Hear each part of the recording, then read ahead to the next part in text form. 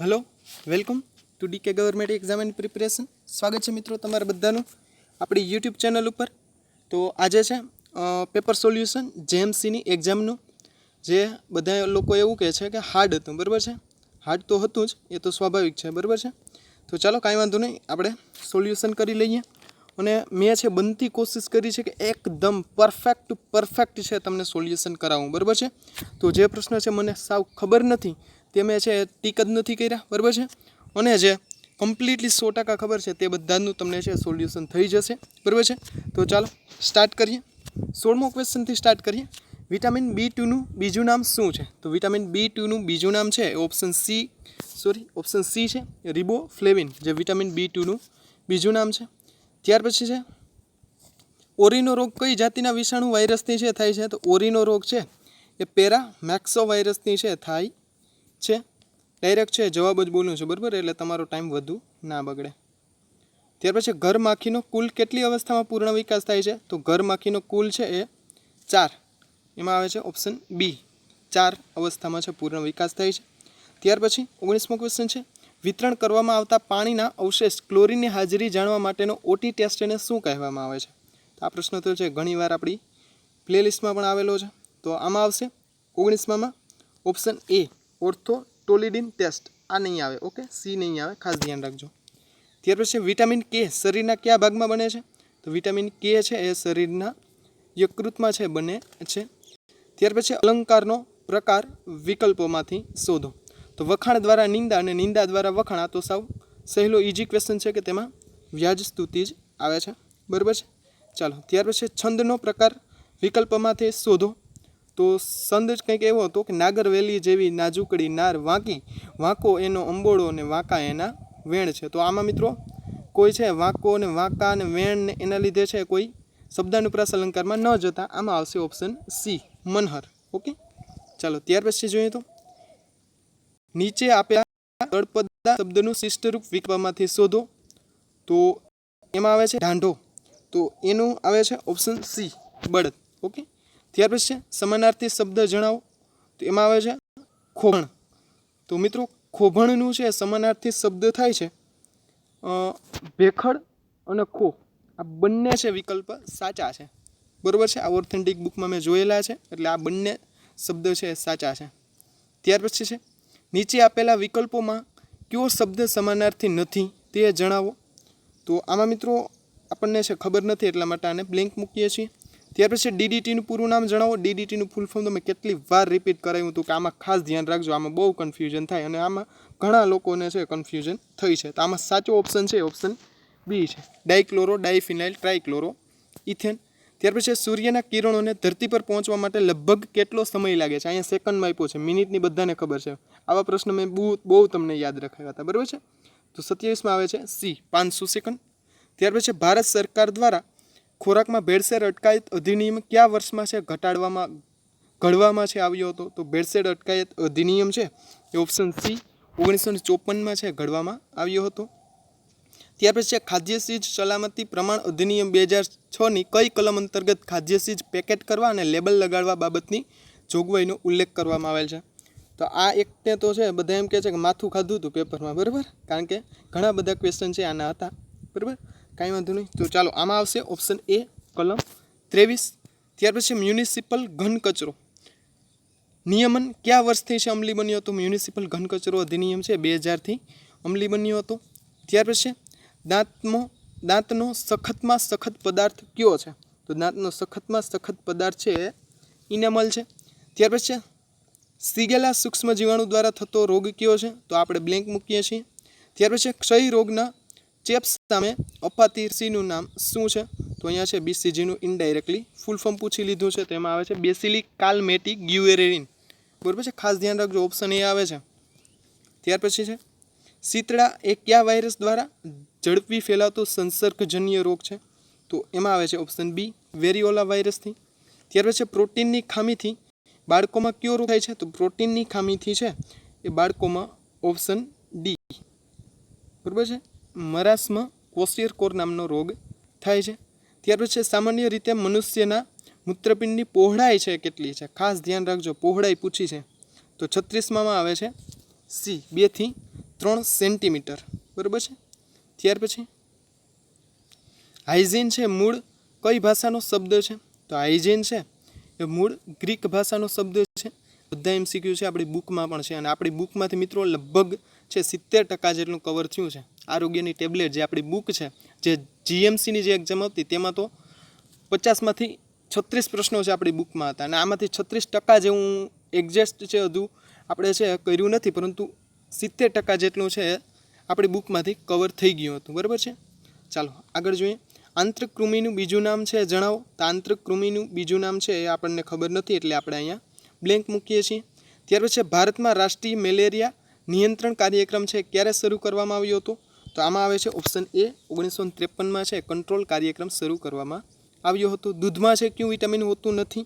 તો દૂધમાં છે વિટામિન એ, એટલે કે વિટામિન સી છે હોતું નથી. ત્યાર પછી ગરમ હવા હળવી બને અને ઉપર ચડે છે અને એની જગ્યાએ આજુબાજુમાં રહેલી ઠંડી હવા લે છે, આ વાયુ સંચારનો આ નિયમ જણાવો. તો આ આપણે બ્લેન્ક મૂકીએ છીએ. ત્યાર પછી અછબડાની સારવાર માટે પેસિવ ઇમ્યુનિટી તરીકે ગરજ છે કોણ સારે છે? તો ઇમ્યુનોગ્લોબ્યુલિન જે ઇમ્યુનિટી તરીકેની ગરજ સારે છે. ત્યાર પછી મેલેરિયા પરજીવીના કેટલા પ્રકાર છે? તો મેલેરિયા પરજીવીના છે, આ તો ખબર જ હોવી જોઈએ કે 4 પ્રકાર છે, આમાં કોઈ 5 ના કરતા, બરાબર છે. ચાલો નેક્સ્ટ જોઈએ. તો ખાલી જગ્યાથી ઉર્જા ઉત્પન્ન થતી નથી. તો શેનાથી ઉર્જા ઉત્પન્ન થતી નથી? તો વિટામિનથી છે કોઈ દિવસ ઉર્જા ઉત્પન્ન ના થાય, બરાબર છે. બાકી ચરબીમાંથી મળે, કાર્બોહાઈડ્રેટમાંથી મળે અને પ્રોટીનમાંથી પણ મળે. ત્યાર પછી સામાન્ય રીતે રોગ પ્રતિકારક રસીને કેટલા તાપમાને સાચવવામાં આવે છે? તો શીત શૃંખલા મિત્રો આમાં આપ્યું છે, એટલે એનો જવાબ આવે છે ઓપ્શન સી +2 સેલ્સિયસથી +8 સેલ્સિયસ, પરંતુ આમાં 4 સેલ્સિયસ આપ્યા છે, એટલે આપણે માનીએ છીએ કે ઓપ્શન સી આવવો જોઈએ. ત્યાર પછી રૂઢિપ્રયોગનો અર્થ જણાવો. ખાટું મોડું થવું. તો ખાટું મોડું થવું એટલે ઓપ્શન એ બગડી જવું. આ બધા ફાઇનલ છે. ઓકે ચાલો ત્યાર પછી છે મરવાની તૈયારીમાં હોય તેવું આ શબ્દ સમૂહ છે જે આપણે બ્લેન્ક મૂકીએ છીએ, અને 48માં પણ બ્લેન્ક, બરાબર છે. ચાલો 49માં સોલ્યુશન કરીએ. તો ફિલ ધ બ્લેન્ક. ખાલી જગ્યા the horse been mine we would have shown it to the veterinary doctor.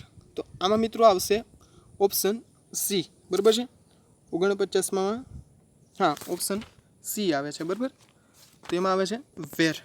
ત્યાર પછી છે લોકવાયકા મુજબ પાંડવો 13મા વર્ષે અજ્ઞાતવાસ ગાળા આ સ્થળે રોકાયા હતા. આ સ્થાનક કયો મેળો ભરાય છે? તો વહુઠાનો મેળો ભરાય છે, જે અમદાવાદમાં ભરાય છે, 7 નદીઓના સંગમ સ્થાને, બરાબર છે. ત્યાર પછી સામાન્ય રીતે નવજાત બાળકના શ્વાસની ગતિ પ્રતિ મિનિટે છે કેટલી હોય છે? પહેલાં તો એ ખબર હોવી જોઈએ કે નવજાત બાળક કોને કહેવાય, બરાબર છે. તેમાં આવે છે 40. ત્યાર પછી ભારતમાં રાષ્ટ્રીય પરિવાર કલ્યાણ કાર્યક્રમ કયા વર્ષથી છે શરૂ કરવામાં આવ્યો હતો? ભારતમાં રાષ્ટ્રીય પરિવાર કલ્યાણ કાર્યક્રમ છે એ 1900 ક્યારે શરૂ કરવામાં આવ્યો હતો? તો કે 1952થી. ત્યાર પછી ઓક્સિજન વાયુની શોધ છે કોણે કરી હતી? તો ઓક્સિજન વાયુની શોધ છે જોસેફ પ્રિન્સલીએ કરી હતી. ત્યાર પછી ભૂગર્ભ જળ કે જે સપાટી પર આવે છે અને દબાણને લીધે મુક્તતાથી વહે તેને ઝરણું કહેવામાં આવે છે. તો ઝરણાના કેટલા પ્રકાર હોય છે?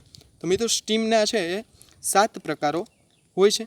ત્યાર પછી રોગકારક પ્રકારોમાં કોનો સમાવેશ થતો નથી? તો રોગકારક પ્રકારોમાં છે એ કોનો સમાવેશ થતો નથી? તો ઓપ્શન 2 જૈવિક કારકનો છે સમાવેશ થતો નથી. ત્યાર પછી છે કયા વિકારને કારણે વૃદ્ધાવસ્થામાં મનુષ્યને કાનમાં બહેરાશ ઉત્પન્ન છે થતી હોય છે? તો એમાં આવે છે ઓટોસ્કેલેરોસિસ, બરાબર છે. આ બધા પ્રશ્નો છે આપણી બુકમાં છે, જો તમને ખબર ના હોય તો હજુ યાદ અપાવી દો. ત્યાર પછી ગાજરમાંથી કયું વિટામિન મળે છે? તો ગાજરમાંથી છે એ વિટામિન એ મળે છે. ત્યાર પછી મોટા સ્તર પર પાણીને જીવાણુરહિત કરવા માટે કયા ગેસનો ઉપયોગ થાય છે?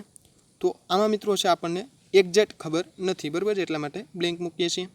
વાયુની ઘનતા તેના અણુ વજનથી અડધી હોય છે, વાયુ સંચારનો નિયમ જણાવો. આ પણ છે આપણે બ્લેન્ક મૂકીએ છીએ. ત્યાર પછી ખાદ્ય સલામતી પ્રમાણ અધિનિયમ 2006ની કઈ કલમ અંતર્ગત ખાદ્ય ચીજના અયોગ્ય વેપાર આચરણ થાય તે રીતે જાહેર પર નિયંત્રણ જોગવાઈ કરવામાં આવેલ છે? તો આપણને ખબર છે, તો આમાં આવશે ઓપ્શન બી, બરાબર છે. ઓપ્શન બી કલમ 24. ત્યાર પછી વિટામિન B12ની ખામીથી કયો એનિમિયા થાય છે? તો પર્નિશિયસ એનિમિયા. આ ફાઇનલ છે, બરાબર છે. ત્યાર પછી વિશ્વ આરોગ્ય દિવસ દર વર્ષે તો કે 7 એપ્રિલ, આ તો બધાને ખબર જ હશે. ત્યાર પછી રાષ્ટ્રીય લેપ્રસી નિવારણ કાર્યક્રમ ક્યારથી શરૂ કરવામાં આવ્યો હતો?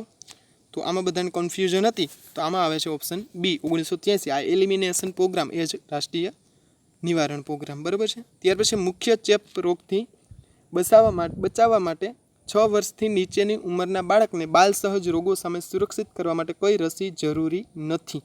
આ પ્રશ્ન જ મિત્રો એવો છે કે કંઈ સમજમાં ના આવ્યો, બરાબર. ચાલો કાંઈ વાંધો નહીં, આગળ જઈએ. બ્લેન્ક રાખીએ છીએ આપણે તે પ્રશ્ન. ત્યાર પછી આ મેલેરિયા પરજીવીનો પ્રકાર નથી, તો એમાં આવે છે ઓપ્શન એ.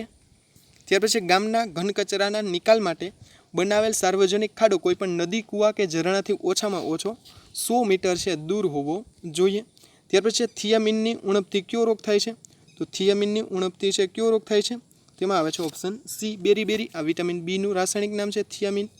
ત્યાર પછી ટ્રેપના વોટર સીલ સુરક્ષિત રીતે જાળવી રાખવા માટે ઘરની ગટરમાં બનાવેલી પાઇપ જે યોગ્ય વેન્ટિલેશન જાળવે છે અને નીચેના માળે સિફોનિક પ્રક્રિયા ન થાય તેનું ધ્યાન રાખે છે, તો આ પાઇપનું નામ જણાવો. તો આમાં આવશે ઓપ્શન સી, એન્ટી સિફોનેસ પાઇપ. આ બધા પણ પ્રશ્નો છે આપણી બુકમાં છે, હજુ તમને કહું છું, બરાબર છે. આ બુક જો તમારે મંગાવવી હોય ને તો હું ડિસ્ક્રિપ્શનમાં લિંક આપી દઈ, બરાબર છે. જો તમે મંગાવવા માગતા હોય તો મંગાવી શકો છો. બાકી પ્લેલિસ્ટમાં તો આપણા પ્લેલિસ્ટમાં પણ છે, બધા જ MCQ આવેલા છે. પ્લેલિસ્ટ પણ તમે છે પહેલાં જોઈ શકો છો, બરાબર છે. MPW રિવિઝન નામની પ્લેલિસ્ટ છે આપણી. ત્યાર પછી પ્રાથમિક આરોગ્ય સંભાળ ઉપરાંત સ્વાસ્થ્યની સંકલ્પના વ્યાપકને અલમ આટાની થયેલી આંતરરાષ્ટ્રીય સભામાં સ્પષ્ટપણે વ્યાખ્યાયિત કરવામાં આવી હતી. આ બનાવનું વર્ષ જણાવો, તો એમાં આવે છે 1978. ત્યાર પછી ઇન્સ્યુલિનના શોધક છે કોણ હતા? તો બેસ્ટિંગ અને બેસ્ટ હતા. ત્યાર પછી પારસી ભાઈઓનું પવિત્ર યાત્રાધામ છે ઉદવાડા હતું. ત્યાર પછી ભારતમાં રાષ્ટ્રીય ગ્રાહક દિન ક્યારે ઉજવવામાં આવે છે કોઈને ખબર? તો આમાં આવશે ઓપ્શન સી, 24 ડિસેમ્બરના દિવસે. ત્યાર પછી વડાપ્રધાન શ્રી નરેન્દ્ર મોદી દ્વારા લોન્ચ કરાયેલ ભીમ એપનું નામ છે શું છે? આમાં પણ બહુ કન્ફ્યુઝન થઈ હતી. તો આમાં આવે છે ઓપ્શન બી, ભારત ઇન્ટરફેસ આવે છે, બરાબર છે. ઇન્ટ્રાફેસ ના આવે, આ ના આવે, ઇન્ટ્રાફેસ ના આવે, ઇન્ટરફેસ ફોર મની. ત્યાર પછી ઇલેક્ટ્રિક જનરેટર છે કયા સિદ્ધાંત પર કાર્ય કરે છે? તો ઇલેક્ટ્રિક જનરેટર છે ઓપ્શન સી, યાંત્રિક ઉર્જાનું વિદ્યુત ઉર્જામાં રૂપાંતર કરે છે. ત્યાર પછી સામાન્ય તાપમાને નીચેનામાંથી કઈ ધાતુ પ્રવાહી સ્વરૂપે છે મળે છે? તો આપણે છે બ્લેન્ક છોડીએ છીએ. ત્યાર પછી ખાદ્ય ચીજ સલામતી અને પ્રમાણ અધિનિયમ 2006ની કઈ કલમ અંતર્ગત ખાદ્ય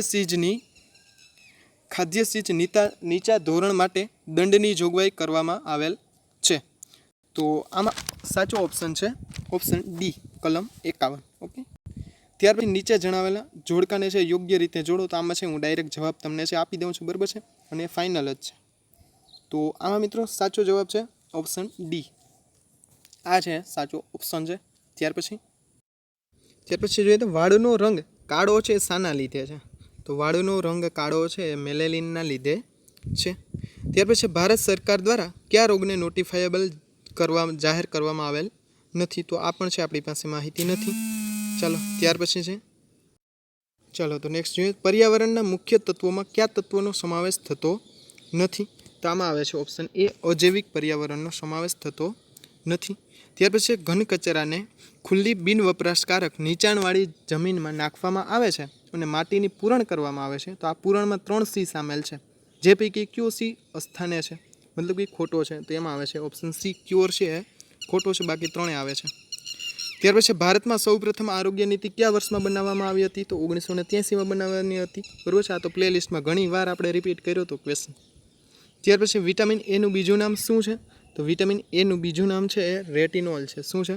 વિટામિન એનું બીજું નામ રેટિનોલ છે.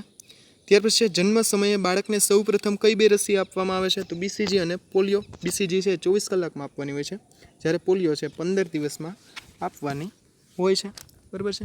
ચાલો ત્યાર પછી રાષ્ટ્રીય મેલેરિયા નાબૂદી કાર્યક્રમો સાથે જોડાયેલા સ્વાસ્થ્ય કર્મચારીઓને અન્ય ક્ષેત્રોમાં નિયુક્ત કરવા માટેની જવાબદારી પર કઈ સમિતિ દ્વારા ભાર મૂકવામાં આવ્યો? તો આમાં મિત્રો આવે છે ઓપ્શન ડી, ચડ્ઢા કમિટી, જે 1963માં હતી. ચાલો ત્યાર પછી નેક્સ્ટ જોઈએ તો કમ્પોસ્ટિંગ માટેની એરોબિક પદ્ધતિની પ્રક્રિયાની અંતિમ નિપજ પ્રોડક્ટ જણાવો. તો આમાં આવે છે option B, CO2 NO2 NO3. Okay. ત્યાર પછી ક્ષય રોગ કયા જીવાણુને કારણે થાય છે? તો ક્ષય રોગ છે માઇકોબેક્ટેરિયમ ટ્યુબરક્યુલોસિસના લીધે થાય છે. ત્યાર પછી ખાદ્ય ચીજ સલામતી અને પ્રમાણ અધિનિયમ 2006ની કઈ કલમ અંતર્ગત અસંબંધ બાબત ધરાવતી ખાદ્ય ચીજ વસ્તુ માટે દંડની જોગવાઈ છે કરવામાં આવેલ છે. તો આમાં શું આવશે? તો આમાં આવશે ઓપ્શન એ કલમ 54. ત્યાર પછી ગામમાં ઘન કચરાના નિકાલ માટે બનાવેલ સાર્વજનિક ખાડો ગામની બહાર હોય તેમજ સૌથી નજીકના આવાસથી કેટલો મીટર દૂર હોવો જોઈએ? તો આમાં આવશે 20 મીટર દૂર હોવો જોઈએ. ત્યાર પછી ક્ષયના રોગના દર્દીની સારવાર માટે કયું ઇન્જેક્શન આપવામાં આવે છે? તો સ્ટ્રેપ્ટોમાઇસિન નામનું ઇન્જેક્શન છે આપવામાં આવે છે. ત્યાર પછી ભારતમાં the protection of woman from domestic violence act કયા વર્ષમાં ઘડવામાં આવ્યો હતો? બરાબર છે. તો આમાં આવે છે ઓપ્શન ડી 2005. એ પહેલાં મિત્રો બીજી એક વાત કે આપણે વોટ્સઅપ ગ્રુપમાં છે ને તમે ખાસ જોડાઈ જજો, કારણ કે ત્યાં છે એટલી બધી ભરતીની માહિતી આપવામાં આવે છે કે તમારા નજીકની નગરપાલિકામાં જો એક નાની એવી ભરતી હશે ને તો પણ આપણા ગ્રુપમાં છે આવી જશે. તો ડિસ્ક્રિપ્શનમાં છે વોટ્સઅપ ગ્રુપની પણ લિંક આપેલી છે. બરાબર. ત્યાર પછી સેનેટરી કૂવાની પાળાની દિવાલ જમીનથી ઓછામાં ઓછી કેટલી ઊંચી છે હોવી જોઈએ? તો અહીંયા છે ઇંચમાં આપેલી છે, અને આપણા જે ઓલ ઇન્ડિયાના પાર્ટ્સ છે ને તેમાં ફૂટમાં આપેલી છે. બરાબર છે. તો આપણને એ પણ ખબર હોવી જોઈએ કે કેટલા ઇંચે કેટલી ફૂટ થાય. તો આમાં આવે છે ઓપ્શન બી 36 ઇંચ. ત્યાર પછી મુખ્યત્વે નાના બાળકોમાં જોવા મળતો ઉટાટિયુંનો રોગ કયા બેક્ટેરિયા દ્વારા થાય છે? તો આમાં આવશે ઓપ્શન ડી ઉપરોક્ત પૈકી એક પણ નહીં, કારણ કે આમાં બી પર્ટ્યુટિસ આવે છે. ત્યાર પછી પ્રકાશની ગતિ છે જણાવો. તો પ્રકાશની ગતિ તો એમાં આવશે માઇલમાં છે. બરાબર છે. 1,86,282 માઇલ પ્રતિ સેકન્ડ.